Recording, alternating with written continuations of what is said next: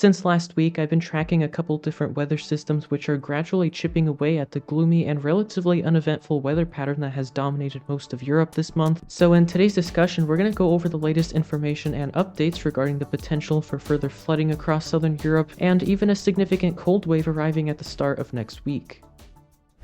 Starting with the cutoff low now located over Iberia, this system grabbed my attention last week since it had the potential to bring more flooding somewhere in southern Europe, and unfortunately the upper level pattern became favorable for a western turn. It's already producing heavy rainfall in Spain, especially in the Malaga area where a red warning is in effect, but Portugal is going to start feeling the presence of this system much more by Thursday and beyond as the system stalls out off the coast for at least 3 days. The other cutoff low that I've been watching is now located around Ukraine and Belarus, and this one is interesting because it entered Ukraine last Friday, and once it passed over the Black Sea, it started producing some rain and high elevation snow in the Balkan countries over the weekend.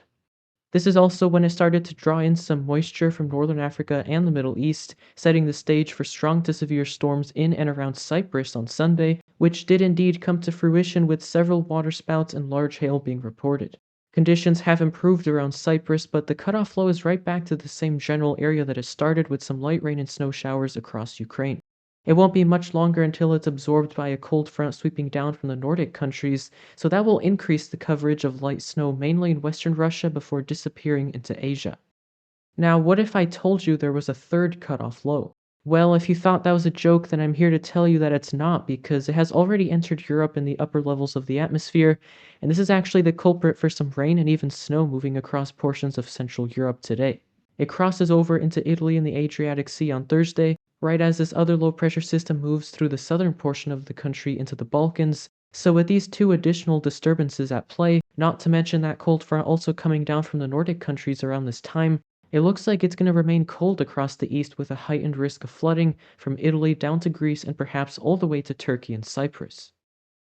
This is roughly how much precipitation you can expect through Sunday, and it looks quite heavy in parts of Portugal and Spain, especially from the Algarve region of Portugal all the way towards Gibraltar and Malaga. For Italy and the Balkans, especially Greece, the highest risk of flooding is going to be confined to coastal and mountainous areas, and for the rest of Europe, very little precipitation can be expected, but the far north is the only other area that I'm going to be watching for heavy precipitation, especially along the Scandinavian mountains in Iceland. On the snowfall map in that same time frame, you can see that much of that heavy precipitation will fall as snow in Iceland and Scandinavia, and other than a few exceptions across Central and Eastern Europe where it will be colder even in the low elevations, most of the snow can be expected in the mountains until a significant cold wave arrives over the weekend.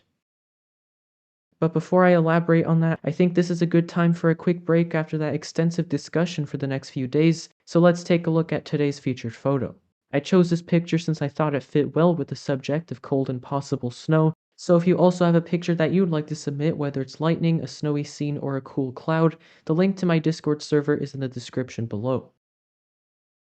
As I mentioned earlier, many places across the east are already experiencing cold weather, but the truly widespread and persistent cold air mass that you've probably been hearing about comes into the picture around Saturday, spreading further south and east thereafter. So now you might be wondering, when and where is it going to snow? Well, we're at that point in time when we know this cold wave is going to happen, but there's lots of other details regarding the timing and longevity of the cold air mass and any other weather systems that interact with it that are very uncertain. Just as an example, look at what the GFS weather model is showing. For the last few days, it has suggested an Atlantic low-pressure system arriving right after the cold air mass moved in, resulting in snow across parts of Ireland and the UK, even outside of higher terrain. Again, this remains very uncertain, and while it is a possibility, lots of things have to line up just right. Differences in the timing of the cold air mass and any Atlantic low-pressure systems could yield very different results. My next update will include the latest information regarding these developments. I know this was a lot of information for one video, so feel free to leave any of your questions, comments, or concerns below. And for now, thank you all for watching, and I'll see you on the next update.